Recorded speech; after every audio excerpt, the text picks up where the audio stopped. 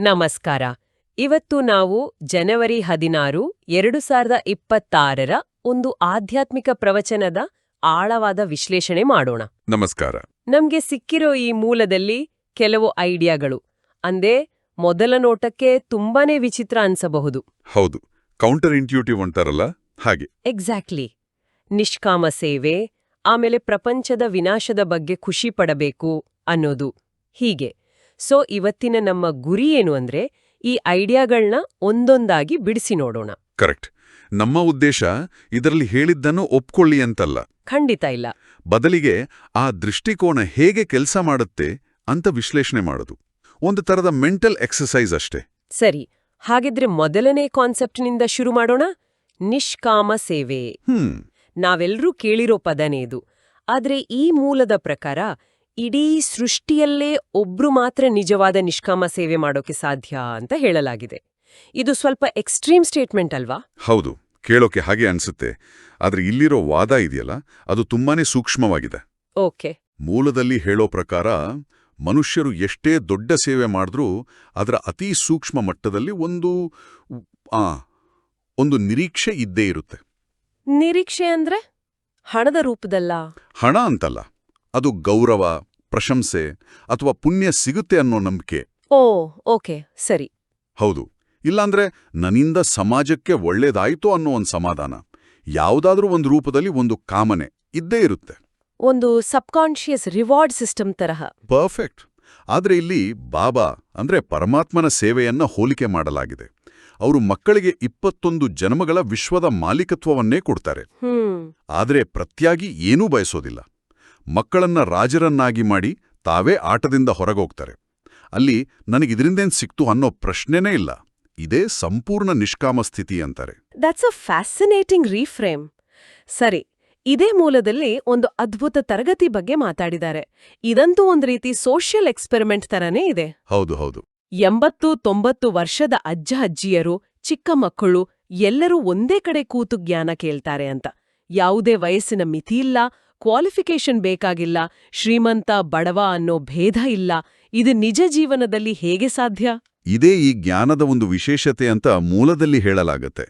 ಇಲ್ಲಿ ಆತ್ಮವನ್ನಷ್ಟೇ ನೋಡಲಾಗತ್ತೆ, ದೇಹದ ವಯಸ್ಸು ಅಂತಸ್ತನ್ನಲ್ಲ. ಇಲ್ಲಿರೋ ಇನ್ನೊಂದು ಇಂಟ್ರೆಸ್ಟಿಂಗ್ ಪಾಯಿಂಟ್ ಏನ್ ಗೊತ್ತಾ? ಈ ಮೂಲ ಒಂದು ಭವಿಷ್ಯವಾಣಿಯನ್ನು ಹೇಳುತ್ತೆ. ಓಹೋ. ಶಾಸ್ತ್ರಗಳಲ್ಲಿ ಅಹಲ್ಯೆ, ಕುಬ್ಜೆ ಅಂತ ಯಾರನ್ನ ಸಮಾಜ ತಿರಸ್ಕಾರ ಮಾಡಿತ್ತೋ ಅಂತವರು ಮತ್ತು ದೊಡ್ಡ ದೊಡ್ಡ ಸಾಧು ಸಂತರು ಅಂತ ಯಾರು ಅಹಂಕಾರದಿಂದ ಮೆರೀತಿದ್ದಾರೋ ಅವರೆಲ್ಲರೂ ಒಂದು ದಿನ ಇಲ್ಲಿ ಬಂದು ತಲೆಬಾಗ್ತಾರೆ ಅಂತ. ವಾಹ್, ಎಲ್ಲರನ್ನೂ ಒಳಗೊಳ್ಳೋ ಒಂದು ಇನ್ಕ್ಲೂಸಿವ್ ಕ್ಲಾಸ್ ರೂಮ್. ಹಾಗಿದ್ರೆ ಅಲ್ಲಿ ಪರಿಶ್ರಮವಾದ್ರೂ ಏನು? ಯಾಕಂದ್ರೆ ಯಾವುದೇ ಹಠಯೋಗ, ಉಪವಾಸ, ತಪಸ್ಸು ಏನೂ ಇಲ್ಲ ಅಂತ ಸ್ಪಷ್ಟವಾಗಿ ಹೇಳಿದ್ದಾರೆ. ಹಾಗಿದ್ರೆ ಅಲ್ಲಿ ಮಾಡೋದೇನು? ಖಂಡಿತ. ಇದು ಕೇಳೋಕೆ ಸಿಂಪಲ್ ಅನ್ಸುತ್ತೆ, ಆದ್ರೆ ಈ ಮೂಲದ ಪ್ರಕಾರ ಇಲ್ಲಿರೋ ಅತೀ ದೊಡ್ಡ ಪರಿಶ್ರಮವೇ ಅತ್ಯಂತ ಸರಳವಾದದ್ದು. ಅದನ್ನ ಯಾದ್ ಅಂದ್ರೆ ನೆನಪು ಅಂತ ಕರೀತಾರೆ. ಬರೀ ನೆನಪಾ? ಹೌದು. ಕೇವಲ ಒಬ್ಬ ತಂದೆಯನ್ನ ಪ್ರೀತಿಯಿಂದ ನೆನಪು ಮಾಡೋದು. ಈ ನೆನಪನ್ನೇ ಆತ್ಮ ಮತ್ತು ಶರೀರ ಎರಡಕ್ಕೂ ನೇಚರ್ ಕ್ಯೂರ್ ಅಂದ್ರೆ ನೈಸರ್ಗಿಕ ಚಿಕಿತ್ಸೆ ಅಂತ ಹೇಳಲಾಗಿದೆ. ಒಂದೇ ನಿಮಿಷ. ಕೇವಲ ನೆನಪು ಮಾಡೋದ್ರಿಂದ ಶರೀರ ನಿರೋಗಿಯಾಗುತ್ತೆ ಅನ್ನೋದು ಅಂದ್ರೆ ಇದ್ರ ಹಿಂದಿನ ಲಾಜಿಕ್ ಏನು? ಒಳ್ಳೆ ಪ್ರಶ್ನೆ. ಇಲ್ಲಿರೋ ತರ್ಕ ಹೀಗಿದೆ. ಆತ್ಮದ ಮೂಲಗುಣ ಶಾಂತಿ, ಪ್ರೀತಿ, ಆನಂದ ಅಲ್ವಾ? ಹೌದು. ಯಾವಾಗ ಆತ್ಮ ನೆಗೆಟಿವ್ ಆಲೋಚನೆಗಳಿಂದ ಅಂದ್ರೆ ಮಾಯೆಯಿಂದ ಮಲಿನವಾಗುತ್ತೋ ಅದರ ಪರಿಣಾಮ ದೇಹದ ಮೇಲೆ ರೋಗಗಳ ರೂಪದಲ್ಲಿ ಕಾಣಿಸ್ಕೊಳ್ಳುತ್ತೆ ಅಂತ ಈ ಫಿಲಾಸಫಿ ಹೇಳುತ್ತೆ. Okay, mind body connection. Exactly. ಯಾವಾಗ ನಾವು ಪರಮಾತ್ಮನನ್ನ ಅಂದ್ರೆ ಪಾಸಿಟಿವಿಟಿಯ ಸೋರ್ಸನ್ನ ನೆನಪು ಮಾಡ್ತೀವೋ ಆ ಯೋಗಾಗ್ನಿಯಲ್ಲಿ ಆತ್ಮದ ಮೇಲಿರುವ ನೆಗೆಟಿವಿಟಿ ಸುಟ್ಟೋಗುತ್ತೆ. ಆತ್ಮ ಮತ್ತೆ ಪಾವನವಾಗುತ್ತೆ. ಶುದ್ಧವಾದ ಆತ್ಮದ ವೈಬ್ರೇಷನ್ಗಳು ದೇಹವನ್ನ ಸಹಜವಾಗಿಯೇ ಆರೋಗ್ಯವಾಗಿರುತ್ತೆ. ಓಕೆ, ಆದ್ರೆ ಸುಮ್ಮನೆ ಕೂತು ಯಾರನ್ನೂ ನೆನಪು ಮಾಡೋದು ಅಂದ್ರೆ ಮನ್ಸು ಎಲ್ಲೆಲ್ಲೋ ಓಡ್ತಲ್ಲ. ಅದಕ್ಕೆ ಈ ಮೂಲದಲ್ಲಿ ಜ್ಞಾನದೀಪವಾದರೆ ಯೋಗ ಅದರ ಜ್ವಾಲೆ ಅನ್ನೋ ಒಂದು ಲೈನ್ ಇದೆ. ಇದನ್ನ ಸ್ವಲ್ಪ ಬಿಡಿಸಿ ಹೇಳ್ತೀರಾ? ಪರ್ಫೆಕ್ಟ್ ಪ್ರಶ್ನೆ. ಅದಕ್ಕೆ ಉತ್ತರವೇ ಆ ಸಾಲು. ನೋಡಿ, ನಿಮ್ಮ ಹತ್ರ ಒಂದು ಕಾರಿದೆ. ಅದರಲ್ಲಿ ಫುಲ್ ಟ್ಯಾಂಕ್ ಪೆಟ್ರೋಲ್ ಇದೆ. ಆದ್ರೆ ಎಲ್ಲಿಗೆ ಹೋಗ್ಬೇಕು ಅಂತ ಗೂಗಲ್ ಮ್ಯಾಪ್ಸ್ ಇಲ್ಲ ಅಂದ್ರೆ ಆ ಪೆಟ್ರೋಲ್ ವೇಸ್ಟ್ ಅಲ್ವಾ? ಹೌದು, ಖಂಡಿತ. ಇಲ್ಲಿ ಜ್ಞಾನ ಅನ್ನೋದು ಗೂಗಲ್ ಮ್ಯಾಪ್ಸ್ ಇದ್ದಾಗೆ. ಅದು ನಮಗೆ ದಾರಿ ತೋರಿಸುತ್ತೆ. ನಾವು ಯಾರನ್ನ ನೆನಪು ಮಾಡ್ತಾ ಇದೀವಿ, ಅವರು ಯಾರು, ಅವರಿಗೂ ನಮಗೂ ಇರೋ ಸಂಬಂಧ ಏನು, ಈ ಎಲ್ಲಾ ವಿಷಯಗಳ ಸ್ಪಷ್ಟತೆಯೇ ಜ್ಞಾನ.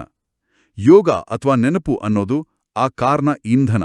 ಓ ಜ್ಞಾನ ಅನ್ನೋ ಮ್ಯಾಪ್ ಇಲ್ಲದೆ ನೆನಪು ಅನ್ನೋ ಇಂಧನವನ್ನ ಸುಮ್ನೆ ಸುಟ್ರೆ ಪ್ರಯೋಜನವಿಲ್ಲ. ಜ್ಞಾನದ ಸ್ಪಷ್ಟತೆ ಇದ್ದಾಗ ನೆನಪು ಅನ್ನೋದು ಒಂದು ಪರಿಶ್ರಮ ಆಗೋದಿಲ್ಲ, ಬದಲಿಗೆ ಸಹಜವಾದ ಪಯಣವಾಗುತ್ತೆ. ವಾವ್, ಆ ಮ್ಯಾಪ್ ಮತ್ತು ಫ್ಯೂಯಲ್ ಅನಾಲಜಿ ತುಂಬಾನೇ ಕ್ಲಿಯರ್ ಆಗಿದೆ. ಸರಿ, ಈ ಜ್ಞಾನಪೂರ್ಣ ನೆನಪಿನ ಸ್ಥಿತಿಯನ್ನ ಟ್ರಿಗರ್ ಮಾಡೋಕೆ ಒಂದು ಸಣ್ಣ ಪದ ಕೂಡ ಸಾಕು ಅಂತ ಈ ಮೂಲದಲ್ಲಿ ಹೇಳಲಾಗಿದೆ. ನಾವು ಮತ್ತೊಮ್ಮೆ ರಾಜರಾಗುತ್ತಿದ್ದೇವೆ ಅನ್ನೋ ವಾಕ್ಯದಲ್ಲಿ ಮತ್ತೊಮ್ಮೆ ಅನ್ನೋ ಪದಕ್ಕೆ ತುಂಬಾನೇ ಮಹತ್ವ ಕೊಟ್ಟಿದ್ದಾರೆ. ಒಂದು ಸಣ್ಣ ಪದದಲ್ಲಿ ಅಂಥದ್ದೇನ್ ಶಕ್ತಿ ಇದೆ? ಮತ್ತೊಮ್ಮೆ ಅಥವಾ ಫಿರ್ಸೆ ಅನ್ನೋ ಪದದಲ್ಲಿ ಇಡೀ 5,000 ವರ್ಷಗಳ ವಿಶ್ವನಾಟಕದ ಸಾರಾಂಶ ಅಡಗಿದೆ. 5,000 ವರ್ಷಗಳ? ಹೌದು. ಇದು ನಾವು ಮೊದಲನೇ ಬಾರಿಗೇನೋ ಕಷ್ಟಪಟ್ಟು ಸಾಧನೆ ಮಾಡ್ತಾ ಇಲ್ಲನೋ ಅರಿವನ್ನ ಕೊಡುತ್ತೆ. ಇದು ಪುನರಾವರ್ತನೆ. 5,000 ವರ್ಷಗಳ ಹಿಂದೆ ನಾವು ಇದೇ ರೀತಿ ಪರಿಶ್ರಮ ಪಟ್ಟು ಇದೇ ಯುದ್ಧವನ್ನ ಗೆದ್ದು ರಾಜಲಾಗಿದ್ದೆವು. ಈಗ ಅದನ್ನೇ ರಿಪೀಟ್ ಮಾಡ್ತಾ ಇದೀವಿ. ಅಂದ್ರೆ ರಿಸಲ್ಟ್ ಮೊದಲೇ ಗೊತ್ತಿರೋ ಒಂದು ಆಟ ಆಡ್ದ ಹಾಗೆ. ಎಕ್ಸಾಕ್ಟ್ಲಿ, ಮ್ಯಾಚ್ ಫಿಕ್ಸಿಂಗ್ ತರಹ, ಆದರೆ ನಮ್ಮ ಪರವಾಗಿ. ಯಾವಾಗ ಗೆಲುವು ನಿಶ್ಚಿತ ಅಂತ ಗೊತ್ತಿರುತ್ತೋ ಆಗ ಚಿಂತೆ, ಭಯ, ಆತಂಕ ಅನ್ನೋದೇ ಇರೋದಿಲ್ಲ. ಸರಿ. ಪರಿಶ್ರಮದಲ್ಲಿ ಒಂದು ಖುಷಿ, ಒಂದು ಹಗುರತೆ, ಒಂದು ನಿಶ್ಚಯದ ನಶೆ ಇರುತ್ತೆ. ಮತ್ತೊಮ್ಮೆ ಅನ್ನೋ ಆ ಒಂದು ಪದ ಆ ಸಂಪೂರ್ಣ ಸ್ಮೃತಿಯನ್ನ ವಾಪಸ್ ತರುತ್ತೆ. ಇದು ನಿಜಕ್ಕೂ ಒಂದು ಪವರ್ಫುಲ್ ಮೈಂಡ್ ಸೆಟ್. ಆದ್ರೆ ಈ ಮೂಲದಲ್ಲಿರೋ ಇನ್ನೊಂದು ಐಡಿಯಾ ಇದೆಯಲ್ಲ, ಅದನ್ನ ಜೀರ್ಣಿಸ್ಕೊಳ್ಳೋದು ಸ್ವಲ್ಪ ಕಷ್ಟ. ವಿನಾಶದ ಬಗ್ಗೆನಾ? ಹೌದು. ಜಗತ್ತಿನಲ್ಲಿ ತಯಾರಾಗ್ತಿರೋ ಬಾಂಬ್ಗಳು, ನೈಸರ್ಗಿಕ ವಿಕೋಪಗಳನ್ನ ನೋಡಿ ಭಯಪಡೋ ಬದಲು ಖುಷಿ ಪಡಬೇಕು ಅಂತ ಹೇಳಲಾಗಿದೆ. ಸೀರಿಯಸ್ಲಿ, ಇದು ಸ್ವಲ್ಪ ಕ್ರೂರವಾಗಿ ಕೇಳಿಸಲ್ವಾ? ಹೌದು. ಮೇಲ್ನೋಟಕ್ಕೆ ಇದು ಖಂಡಿತವಾಗಿಯೂ ಶಾಕಿಂಗ್ ಮತ್ತು ಕ್ರೂರವಾಗಿ ಕೇಳಿಸುತ್ತೆ. ಆದರೆ ಇದರ ಹಿಂದಿನ ತತ್ವವನ್ನ ಅರ್ಥ ಮಾಡ್ಕೋಬೇಕು. ಇದನ್ನ ಕಲ್ಯಾಣಕಾರಿ ಲಡಾಯಿ ಅಂತ ಕರೆಯಲಾಗಿದೆ. ಕಲ್ಯಾಣಕಾರಿ ಲಡಾಯಿ? ಹೌದು. ಅಂದ್ರೆ ಎಲ್ಲರ ಒಳಿತಿಗಾಗಿ ನಡೀತಿರುವ ಯುದ್ಧ. ಒಂದು ಉದಾಹರಣೆ ತಗೊಳ್ಳೋಣ. ಒಂದು ಹಳೆಯ ಶಿಥಿಲವಾದ, ವಾಸಿಸಲು ಅಯೋಗ್ಯವಾದ ಮನೆ ಇದೆ. ಅದನ್ನ ಕೆಡವಿ ಅದೇ ಜಾಗದಲ್ಲಿ ಒಂದು ಸುಂದರವಾದ ಹೊಸ ಅರಮನೆ ಕಟ್ಟಬೇಕು. ಸರಿ. ಆಗ ಆ ಹಳೆ ಮನೆಯನ್ನ ಕೆಡುವಾಗ ದುಃಖ ಪಡ್ತೀವ ಅಥವಾ ಹೊಸ ಮನೆ ಬರ್ತಾ ಇದೆ ಅಂತ ಖುಷಿ ಪಡ್ತೀವ? ಓಕೆ, ಖುಷಿ ಪಡ್ತೀವಿ. ಯಾಕಂದ್ರೆ ಮುಂದೆ ಸಿಗೋದು ಉತ್ತಮವಾದದ್ದು ಅಂತ ಗೊತ್ತಿರುತ್ತೆ. ಅದೇ ಲಾಜಿಕ್ ಇಲ್ಲೂ ಅಪ್ಲೈ ಆಗತ್ತೆ. ಈ ಮೂಲದ ಪ್ರಕಾರ ಈಗಿನ ಪ್ರಪಂಚ ಆ ಹಳೆ ಮನೆಯದ್ದ ಹಾಗೆ. ಈ ವಿನಾಶ ಅನ್ನೋದು ಆ ಹಳೆ ಮನೆಯನ್ನ ಕೆಡುವ ಪ್ರಕ್ರಿಯೆ. ಇದರ ನಂತರ ಸತ್ಯಯುಗ ಅನ್ನೋ ಹೊಸ ಸುಖಿ ಪ್ರಪಂಚ ಸ್ಥಾಪನೆಯಾಗತ್ತೆ. ಹಾಗಾಗಿ ಜ್ಞಾನಿಗಳು ಇದನ್ನ ಅಂತ್ಯವಾಗಿ ನೋಡೋದಿಲ್ಲ, ಬದಲಿಗೆ ಹೊಸ ಆರಂಭದ ಶುಭ ಸಂಕೇತವಾಗಿ ನೋಡ್ತಾರೆ. ರುದ್ರ ಜ್ಞಾನ ಯಜ್ಞದಿಂದ ಪ್ರಜ್ವಲಿಸಿದ ವಿನಾಶ ಜ್ವಾಲೆ ಅನ್ನೋ ಸಾಲು ಕೂಡ ಇದೆ. ಹೌದು, ಅದೇ ಇದು. ಇದು ಮನೆಗೆ ವಾಪಸ್ ಹೋಗೋ ಸಮಯ ಹತ್ರ ಬಂತು ಅನ್ನೋದರ ಸೂಚನೆ. ಈ ಖಚಿತ ಗೆಲುವು ಅನ್ನೋದು ಒಂದು ಕೋರ್ ಥೀಮ್ ಇದ್ದ ಹಾಗೆ ಇದೆ. ಇದಕ್ಕೊಂದು ಉದಾಹರಣೆಯನ್ನು ಕೊಟ್ಟಿದ್ದಾರೆ. ಸಿಂಧ್ ಪ್ರಾಂತ್ಯದ ಒಬ್ಬ ಭಿಲ್ಲನಿ. ಅವಳ ಕಥೆ. ಹೌದು, ಬುಡಕಟ್ಟು ಜನಾಂಗದ ಮಹಿಳೆ. ಅವಳು ಜ್ಞಾನಕ್ಕೆ ಬರ್ತಾ ಇದ್ಲು, ಆದ್ರ ಸಮಾಜದ ಭಯದಿಂದ ಅವಳನ್ನ ಬರೋದಕ್ಕೆ ಬಿಡಲಿಲ್ಲ. ಇಂಥವರ ಗತಿಯೇನು, ಅವರ ಕಲ್ಯಾಣವೂ ನಿಶ್ಚಿತ ಅಂತ ಈ ಮೂಲದಲ್ಲಿ ಭರವಸೆ ಕೊಡಲಾಗಿದೆ. ಇದು ಹೇಗೆ ಸಾಧ್ಯ? ಇದು ಬಹಳ ಭರವಸೆ ನೀಡುವ ಮಾತು. ಇಲ್ಲಿರೋ ಮುಖ್ಯ ಅರ್ಹತೆ ಏನು ಅನ್ನೋದನ್ನ ಇದು ಸ್ಪಷ್ಟಪಡಿಸುತ್ತೆ. ಅಜಾಮಿಳನಂತಹ ಮಹಾಪಾಪಿಗಳಿಂದ ಹಿಡಿದು ಕಟ್ಟಕಡೆಯ ವ್ಯಕ್ತಿವರೆಗೂ ಪ್ರತಿಯೊಬ್ಬ ಆತ್ಮನ ಉದ್ಧಾರವೂ ನಿಶ್ಚಿತ ಅಂತ ಹೇಳಲಾಗಿದೆ. ಓಕೆ. ಇದಕ್ಕೆ ಬೇಕಾದ ಏಕೈಕ ಕ್ವಾಲಿಫಿಕೇಶನ್ ಹಣ, ಅಂತಸ್ತು, ಪಾಂಡಿತ್ಯ ಅಲ್ಲ, ಕೇವಲ ಬುದ್ಧಿಯೋಗ. ಅಂದ್ರೆ ತನ್ನ ಬುದ್ಧಿಯನ್ನ ಪರಮಾತ್ಮನ ಜೊತೆ ಪ್ರಾಮಾಣಿಕವಾಗಿ ಜೋಡಿಸೋದು. ಆ ಭಿಲ್ಲನಿ ಶರೀರದಿಂದ ಬರಲು ಸಾಧ್ಯವಾಗದಿದ್ದರೂ ಅವಳ ಬುದ್ಧಿ ತಂದೆಯ ನೆನಪಿನಲ್ಲಿದ್ದರೆ ಅವಳ ಕಲ್ಯಾಣವು ನಿಶ್ಚಿತ. ಇದು ಸಂಬಂಧಗಳ ಬಗ್ಗೆ ಮಾತಾಡೋದಾದ್ರೆ, ಲೌಕಿಕ ತಂದೆ ಮತ್ತು ಪಾರಲೌಕಿಕ ತಂದೆಯ ನಡುವೆ ಒಂದು ಸುಂದರವಾದ ಹೋಲಿಕೆಯನ್ನ ಮಾಡಲಾಗಿದೆ. ಅದು ನನ್ಗೆ ತುಂಬಾನೇ ಇಂಪ್ರೆಸ್ ಆಯಿತು. ಹೌದು, ಬಹಳ ಮಾರ್ಮಿಕವಾದ ಹೋಲಿಕೆ ಅದು. ಲೌಕಿಕ ತಂದೆ ಮಕ್ಕಳನ್ನ ಪ್ರೀತಿಯಿಂದ ಸಾಕ್ತಾರೆ, ಎಲ್ಲವನ್ನೂ ಕೊಡ್ತಾರೆ. ಆದರೆ ಅವರ ಮನಸ್ಸಿನ ಆಳದಲ್ಲಿ ನಾನು ವೃದ್ಧನಾದಾಗ ಈ ಮಕ್ಕಳು ನನ್ನನ್ನು ನೋಡಿಕೊಡುತ್ತಾರೆ ಅನ್ನೋ ಒಂದು ಸೂಕ್ಷ್ಮ ಅಪೇಕ್ಷೆ ಇದ್ದೇ ಇರುತ್ತೆ. ಸರಿ, ಒಂದು ನಿರೀಕ್ಷೆ. ಹೌದು. ಆದರೆ ಪಾರಲೌಕಿಕ ತಂದೆ ಅವರು ಮಕ್ಕಳಿಗೆ 21 ಜನ್ಮಗಳ ಸ್ವರ್ಗದ ಸಂಪೂರ್ಣ ಆಸ್ತಿಯನ್ನು ಕೊಟ್ಟು ತಾವೇ ಆ ಆಟದಿಂದ ನಿವೃತ್ತರಾಗಿ ಪರಮಧಾಮಕ್ಕೆ ತೆರಳುತ್ತಾರೆ. ಅವರು ಮಕ್ಕಳಿಂದ ಪ್ರತಿಯಾಗಿ ಯಾವುದೇ ಸೇವೆಯನ್ನ ಬಯಸೋದಿಲ್ಲ. ವಾವ್! ಬದಲಿಗೆ ಅವರೇ ಮಕ್ಕಳ ಸೇವೆ ಮಾಡಿ ಮಕ್ಕಳನ್ನ ತಮ್ಮ ಸಮಾನರನ್ನಾಗಿ ಮಾಡಿ ಮನೆಗೆ ಕರೆದುಕೊಂಡೋಗ್ತಾರೆ. ಈ ವ್ಯತ್ಯಾಸವೇ ಅವರ ನಿಷ್ಕಾಮ ಪ್ರೀತಿಯನ್ನ ತೋರಿಸುತ್ತೆ. ಸರಿ, ಇಷ್ಟೆಲ್ಲ ಆಳವಾದ ಫಿಲಾಸಫಿ ಕೇಳಿದ್ಮೇಲೆ ದಿನನಿತ್ಯದ ಜೀವನದಲ್ಲಿ ಅಳವಡಿಸಿಕೊಳ್ಳೋಕೆ ಪ್ರಾಕ್ಟಿಕಲ್ ಟೇಕ್ಅವೇಸ್ ಏನು? ಧಾರಣೆ ಮಾಡಬೇಕಾದ ಮುಖ್ಯ ಅಂಶಗಳು ಯಾವುವು? 2 ಮುಖ್ಯ ಅಂಶಗಳನ್ನು ಹೈಲೈಟ್ ಮಾಡಲಾಗಿದೆ. ಮೊದಲನೇದು, ವಿನಾಶದ ಸನ್ನಿವೇಶಗಳನ್ನು ನೋಡಿದಾಗ ಭಯಪಡಬಾರದು. ಇದು ಕಲ್ಯಾಣಕಾರಿ ಕಾರ್ಯ, ಹೊಸ ಪ್ರಪಂಚ ಬರ್ತಾ ಇದೆ ಅನ್ನೋ ಖುಷಿಯಲ್ಲಿರಬೇಕು. Okay, mindset change. ಹೌದು. ಎರಡನೆಯದು, ಪ್ರತಿದಿನ ಕೇಳುವ ಈ ಜ್ಞಾನದ ಪಾಯಿಂಟ್ಗಳನ್ನ ದಿನವಿಡೀ ಮನನ ಮಾಡಬೇಕು. ಅದಕ್ಕೆ ಉಗಾರಣ ಅನ್ನೋ ಸುಂದರವಾದ ಶಬ್ದವನ್ನು ಬಳಸಿದ್ದಾರೆ. ಉಗಾರಣ? ಹೌದು. ಹಸು ತಿಂದ ಆಹಾರವನ್ನ ಮತ್ತೆ ಬಾಯಿಗೆ ತಂದು ಮೆಲುಕು ಹಾಕುತ್ತಲ್ಲ, ಹಾಗೆ ಕೇಳಿದ ಜ್ಞಾನದ ಅಂಶಗಳನ್ನ ದಿನವಿಡೀ ಮತ್ತೆ ಮತ್ತೆ ಚಿಂತನೆ ಮಾಡೋದು. ಅದರಿಂದ ಅದು ಬುದ್ಧಿಯಲ್ಲಿ ಚೆನ್ನಾಗಿ ಜೀರ್ಣವಾಗುತ್ತೆ. ಇದರ ಜೊತೆಗೆ ಒಂದು ವರದಾನ ಮತ್ತು ಒಂದು ಘೋಷವಾಕ್ಯ ಕೂಡ ಇದೆ. ವರದಾನ: ಸಂಪೂರ್ಣ ಸಿದ್ಧಿ ಸ್ವರೂಪ ಭವ.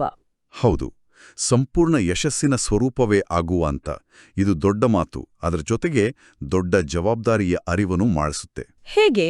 ನಾವು ನಮ್ಮನ್ನ ಜವಾಬ್ದಾರಿಯುತ ಆತ್ಮ ಅಂತ ತಿಳಿದು ಪ್ರತಿಯೊಂದು ಕೆಲಸವನ್ನ ಪರ್ಫೆಕ್ಟ್ ರೀತಿಯಲ್ಲಿ ಮಾಡಿದರೆ ಸಕ್ಸಸ್ ನಮ್ಮನ್ನ ಹುಡುಕೊಂಡು ಬರುತ್ತೆ. ಯಾಕೆಂದ್ರೆ ಈ ಸಂಗಮಯುಗದಲ್ಲಿ ನಾವು ಮಾಡೋ ಪ್ರತಿಯೊಂದು ಶ್ರೇಷ್ಠ ಕರ್ಮ ಮುಂದಿನ 5,000 ವರ್ಷಗಳಿಗೆ ಒಂದು ವಿಧಾನ, ಅಂದ್ರೆ ಒಂದು ಕಾನೂನು, ಒಂದು ಟೆಂಪ್ಲೇಟ್ ಆಗ್ಬಿಡುತ್ತೆ. ಅದಕ್ಕೆ ಪೂರಕವಾಗಿರೋ ಹಾಗೆ ಸರ್ವಶಕ್ತಿವಂತ ತಂದೆ ಜೊತೆಗಿದ್ರೆ ಮಾಯೆಯು ಪೇಪರ್ ಟೈಗರ್ ಆಗ್ಬಿಡ್ತದೆ ಅನ್ನೋ ಘೋಷವಾಕ್ಯವೂ ಇದೆ. ಪೇಪರ್ ಟೈಗರ್, ಕಾಗದದ ಹುಲಿ. ಹೌದು, ನೋಡೋಕೆ ಮಾತ್ರ ಭಯಂಕರ, ಆದ್ರೆ ಶಕ್ತಿಹೀನ. ಇದನ್ನ ಜೀವನ್ಮುಕ್ತ ಸ್ಥಿತಿಯ ಅನುಭವಕ್ಕೆ ಜೋಡಿಸಲಾಗಿದೆ. ನೋಡಿ, ನಮ್ಗಿರೋ ಎಲ್ಲಾ ಬಂಧನಗಳು, ಭಯಗಳು ನನ್ನದು ಅನ್ನೋ ಭಾವನೆಯಿಂದ ಹುಟ್ಕೊಡುತ್ತೆ. ನನ್ನ ಶರೀರ, ನನ್ನ ಆಸ್ತಿ. ಕರೆಕ್ಟ್.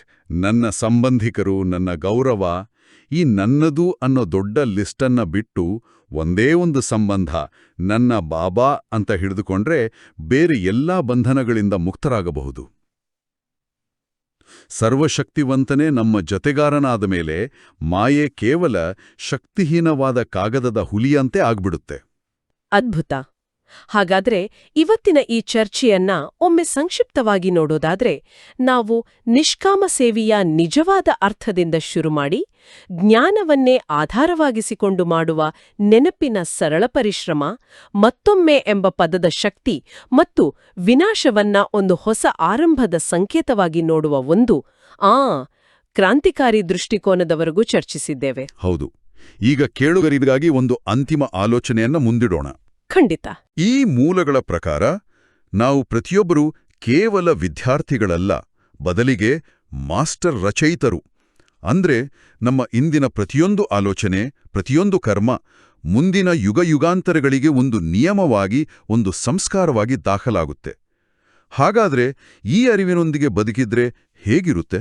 ನಾವು ಇಂದು ಮಾಡುವ ಒಂದು ಸಣ್ಣ ದೈನಂದಿನ ಆಯ್ಕೆ, ಅದು ಕೇವಲ ನಮಗಾಗಿ ಅಲ್ಲ, ಆದರೆ ಇಡೀ ವಿಶ್ವಚಕ್ರದ ಭವಿಷ್ಯದ ಅಡಿಪಾಯವನ್ನೇ ಹಾಕುತ್ತಿದೆ ಅನ್ನೋ ಜವಾಬ್ದಾರಿಯೊಂದಿಗೆ ಬದುಕುವುದು. ಇದರ ಬಗ್ಗೆ ಖಂಡಿತ ಚಿಂತನೆ ನಡೆಸಬಹುದು.